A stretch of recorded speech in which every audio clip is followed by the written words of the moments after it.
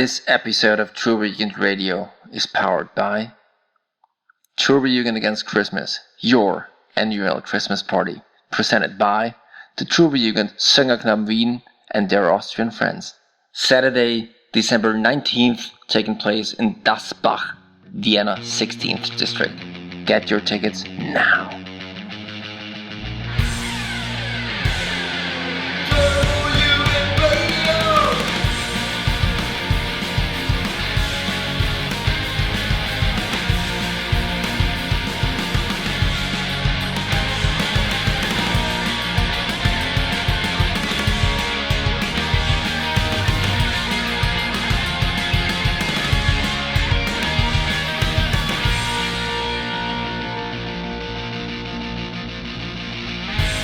So True Weekend Radio is on the air once again, and I'm very proud and humbled to finally present the old man that goes by the name of Audio Slave number 1, and he made it finally back to True Weekend Radio after a pretty long hiatus.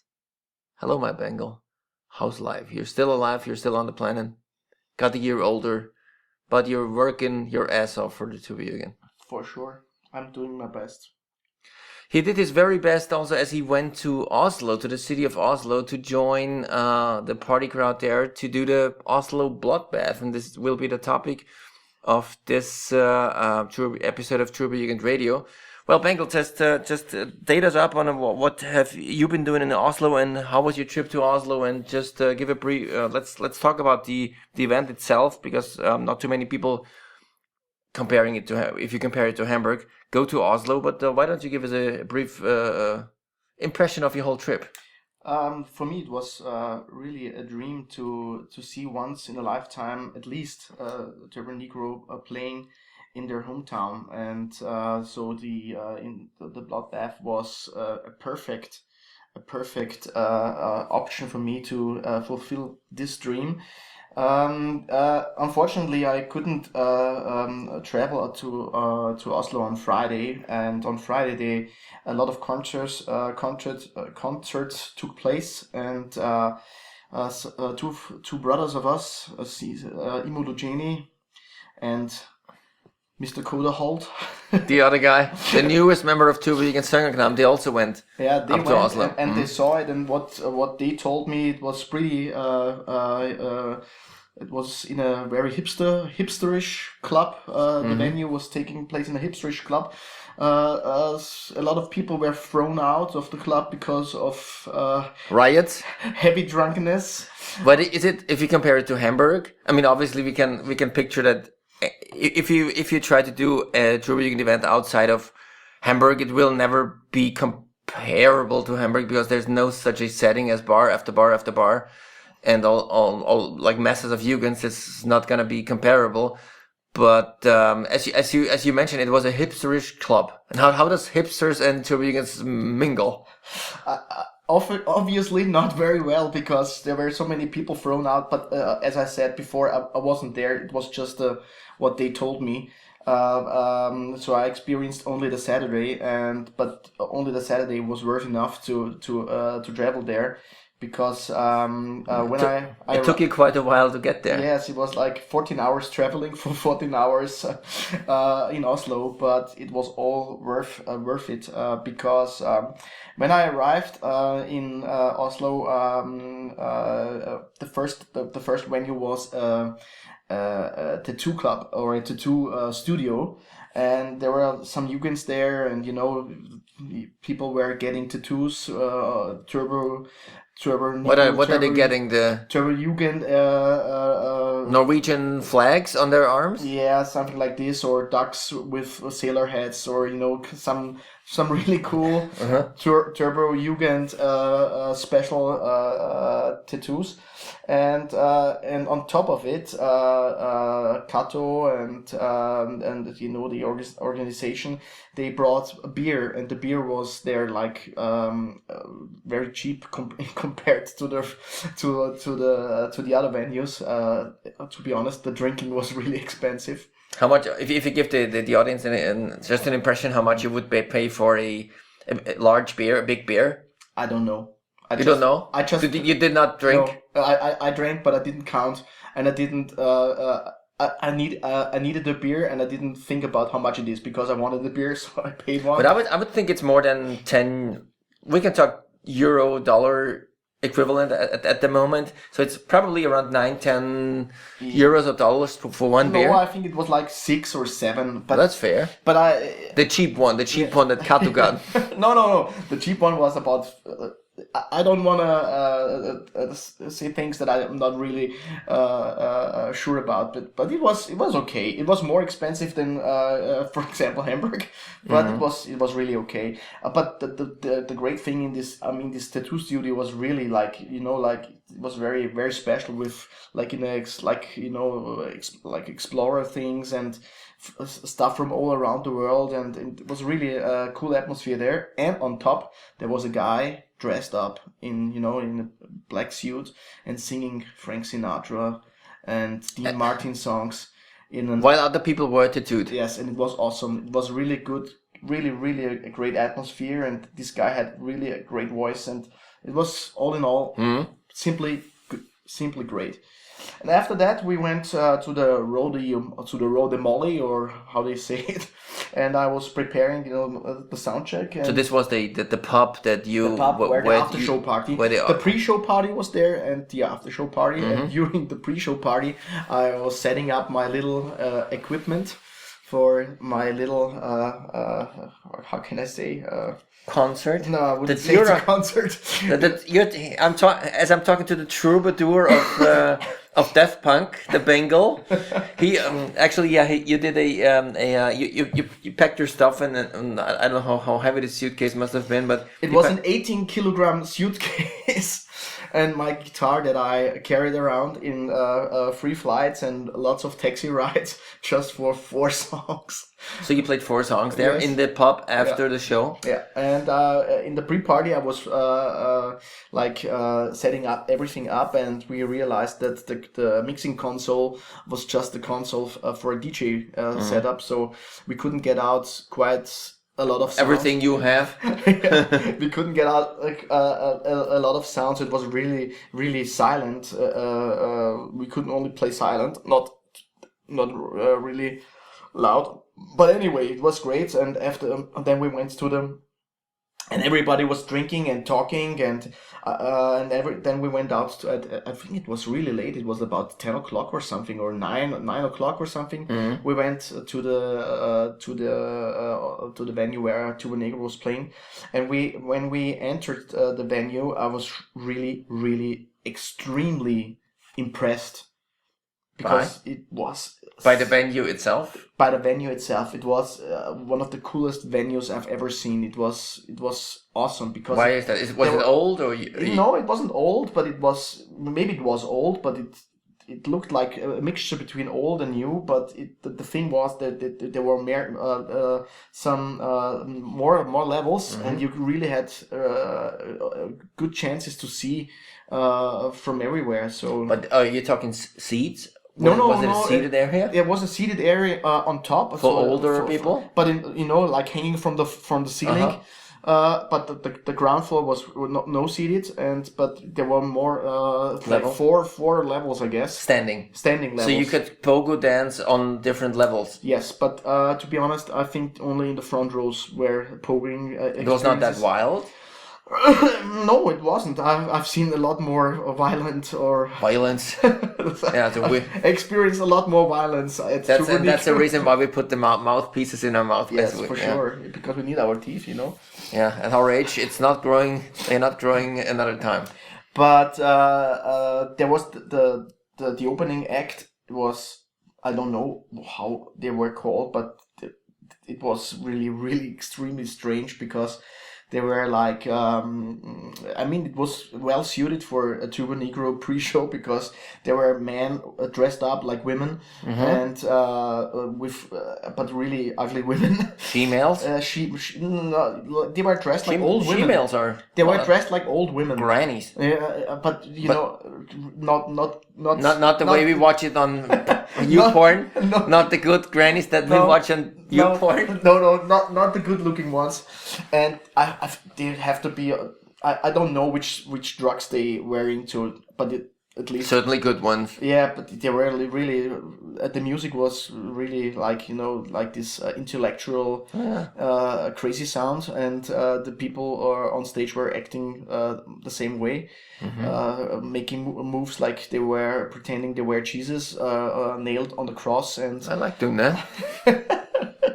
One of my hobbies. And the one guy was playing trumpet, but he was never playing trumpet. Only sometimes he make something like this, and the rest of the time he was drinking out of a bottle of wine and pouring wine into the mouth. Liquid meth, probably. And pouring the wine in the mouth or of the others, and it was really strange to look at, really, even for me. And after that, when Turbo Negro entered... Turbo Neger, as they call them in Norway. Turbo Neger entered the stage. It was really... They just began with a song, with the new song, Hot for Nietzsche, or Too Hot for Nietzsche, or whatever. That new Turbo Negro Nietzsche song. The Nietzsche song. Yeah, this is... The new Nietzsche song. You can... How can I say? You can say what you want about Turbo Negro, but their new songs are... Yeah. At least there are new songs. Let's put it this way. Yeah. But to be honest, the life situation wasn't too bad, and I think we have to be also a little bit more open. It's Turbo Negro is not only the Daft Punk band from S Cobra. There's some there's some development going on. There's some development, and for one it's good, for the others it's not good. You cannot fulfill the dreams of everybody. So, but. It was a really good opening song. How did it come across? Good. Yeah. People were partying, and for me also was very impressive was the audience. The venue was packed. And I would say a lot more people than, for example, in Hamburg. Really? In the Knust or in the Really? Yeah, it was for at least the experience was the feeling was there was a lot more people. It could be because Turbo Negro in Norway is not. It's not a pop band, but a nationwide famous band, and if they put a new album out and songs out, they are in the charts of Norway, so that in the official charts of Norway, so that this is more than your maybe not too widely known rock and roll band in Germany or in the States. They are rock stars and media stars in Norway, and obviously that also shows in the concert, as you see quite a mixture of people there. Yeah, I would say there were at least the same amount of people non-Tuba-Jugend. So and we're dressed up, coming from work, with like ties and everything, suits. With suits and really also really good looking women, and really we've dressed up, like going out for a party or for for drinking cocktail or whatever, cocktail bar or something. So really quite a different audience that I'm experienced from Turbo Negro. Where in Hamburg, where we see 80% of denim, and whoever is not wearing denim is the outcast. Yeah, so this was really really impressive to see, and it was really and they also were partying. Yeah. Even people in Norway, even people in suits can party. Yeah. I have never seen that in Germany or Austria. Do you mean in robot country? Yeah, in robot country where they never laugh. They have nothing to laugh, I guess. Yes, they had Hitler, and after that, their fun went. They have nothing to laugh, at least especially these days. Okay, but let's put this away and continue with the concert. So, and they really played long. They played, I guess, one and a half hours or something. They really played long, and they played also really a good mixture. It was really good to see them in their hometown, and it was really a different experience, and for me it was one of the best concerts of the two I've went in the past. Yeah. So I've seen Turbo Negro so many times before, but I would say this was one of the best concerts I've ever seen. What was it like, the mixture of the songs? How many older songs did they play? Can you come up with an older song that you were surprised that you heard? To be honest, no. Because you were so drunk and wildly involved? No, I wasn't so drunk, but I couldn't.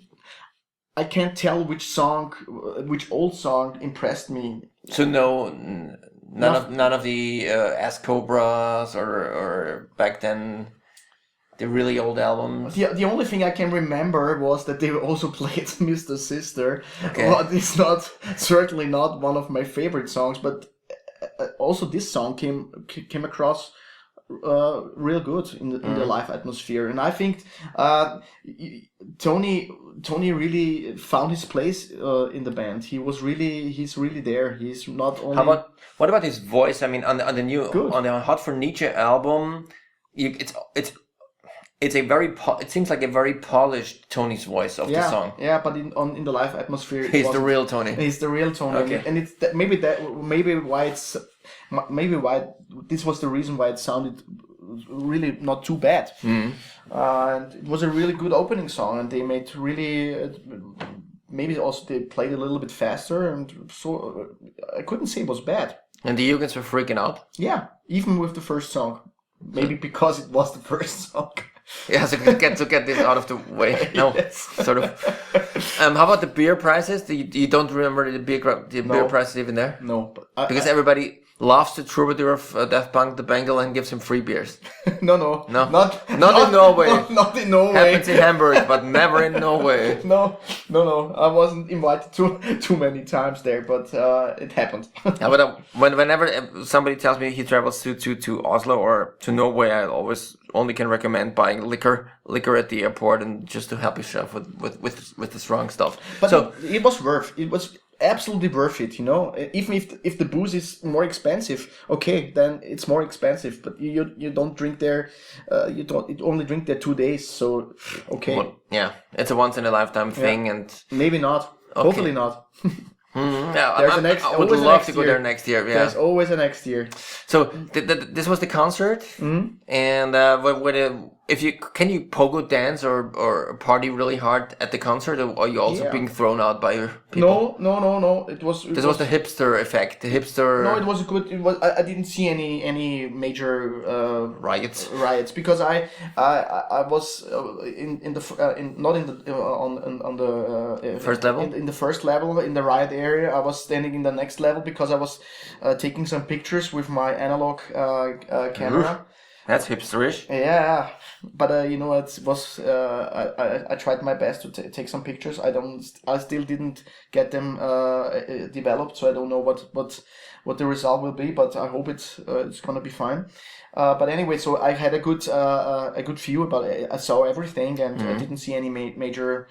It was. But so you are allowed to at least in concert you're allowed to pogo dance, and you're not thrown out. You're only thrown out in hipsterish Norwegian bars. So that's what we take away from that. Possible. Yeah. And after that, we went back to the Roly Molly to the bar, and where I did my songs. And so the Jugends gathered there, and you were actually doing songs there. Maybe and as we are listening into one of the songs, you covered the letters from your mama from an old Turboneger song, and we might want to take a few seconds to listen into it. Okay, one more time.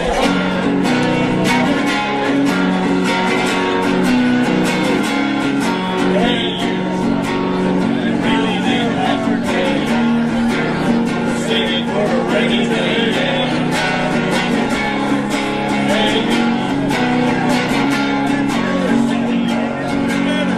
If we had a good day, then we went separate ways.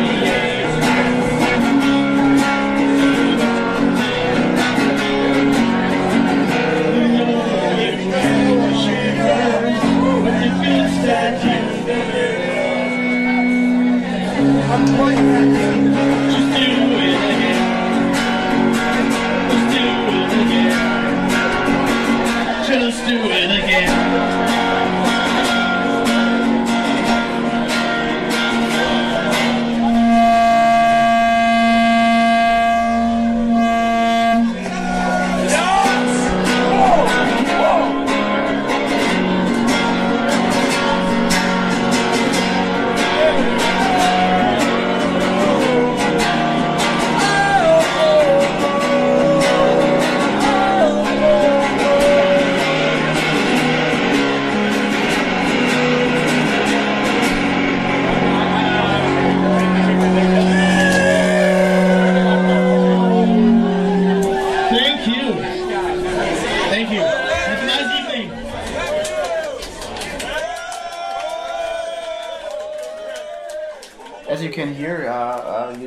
or as you know, I'm not.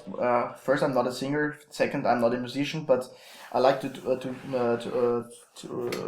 make music, and but I lost even my voice at the Turbo Negro show, so it was even more bad than usually. And the DJ mixing console didn't help me as well because they couldn't turn the volume up. So but the people were even though this wasn't really old Turbo Negro song, people still know it and they helped you singing along. Yeah, they were sang with me, some of them, so it was really fun, and I really appreciate the people, and they were really kind, and it was really a good experience, even if it wasn't way apart from perfect. Also my performance, but it's as I always say, it's not about perfection. It's about having love fun. to the denim. It's about having fun and being together, and it was. Certainly the case. It was certainly the case, and what after when I finished playing, I think that only some of the people, because the venue was, or the bar was really packed also, and because it was the volume was so low, I think that only not at least. I wouldn't say that half of the people did hear anything I was playing. That's why you put it on YouTube. Yeah. And but afterwards, when I stopped, there was music, but it was very low also, and I didn't see Not too loud. Yeah. a DJ or something. I couldn't even say which kind of music it was. So there were no people dancing at this no, party? They were just talking. Well, that's important as it well. It was very interesting to see that they were all happy with just talking. Turbulent talk events. Yeah, That's talk the new events in the morning. No, but like we're going really intellectual here. We just meet and talk. Yeah, and that's what the Turbulent does. It was about 3:00 or maybe it was 3:30 or something. Then the owner came in, switched on the light. Go ahead, leave now. End of party. and it was over. Yeah, that's a hard way to do it over there. And it was over. Obviously, they have curfews.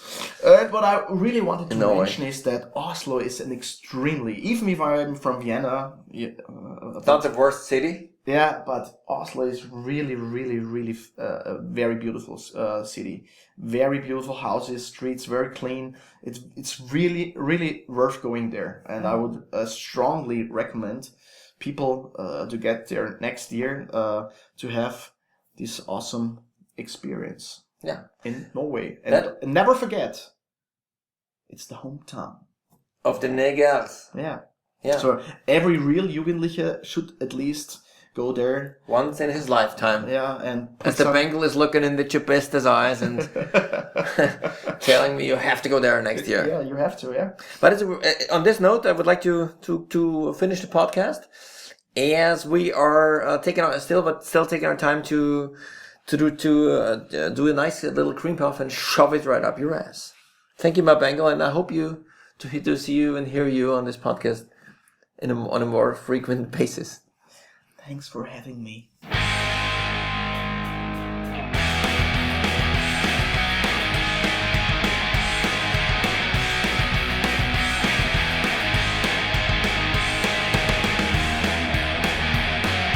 Cream Puff, presented by Bengal. Sometimes strange paths lead to the Bengal, and music arrives in a very special, unexpected way. By a WhatsApp message by your Chipesta, who shoots the Bengal any cool music that he comes across, and we actually found something really great. Yeah, as Chipesta is a very busy businessman, he just comes across stuff, and he just shoots it. He spends off his very expensive time. He spends only like 10 seconds to listen and decides if it's whether it's good or not. Can do that. And then he spreads it to his slave and to decide if it's worth. And like the kings who had throw away the bones to the midgets. Not the bones, but like the king, boners. Like the kings had a guy who were tasting before the midgets. They were always they were chokers and midgets. Yeah, and they had to taste the meal if it's not poisoned. So this is that's the why way. got myself an audio slave. That's the way Chepester is treating me. So he throws me some stuff of music and to check out if it's it's worth or not. If you can work it into a cream puff. Yes, and this time I'm really glad to present you a U.S. rock and roll glam sleaze band formed 2004 by ex-Danzig guitarist Todd Youth, and he's singing and also playing guitar there. And the band is called the Chelsea Smiles. You do not know what the Chelsea Smile is in the Urban Dictionary. Yeah, I know it now because you told me. Because I'm a smartass. Yeah, it's not a good experience, I guess. No, Chelsea Smile is if you take a knife and you take it and put it in the mouth of somebody else, and just to extend his mouth and by ripping the end of the lips, so it to open up more space to get in like a bigger wiener. Yeah, that's what that's a good call. Like a Joker, like what the Joker from Batman would have, a big mouth, and that's why you squeeze off the ends of the mouth. Okay, Joker. That's why the Joker had this mouth, because he was sucking big dicks. Yes. Okay. And he was the original founder of the Tribune back in the 50s. Okay. Yeah. Good to know that. So the song you're going to hear is called Action Coming Down, and I would leave the last words to the famous Chepester, who says, and his famous words, and the famous last words: open up your pants, put your schlong out, swoosh it around, and enjoy this cream puff, which we will rightfully shove up your tiny whiny ass.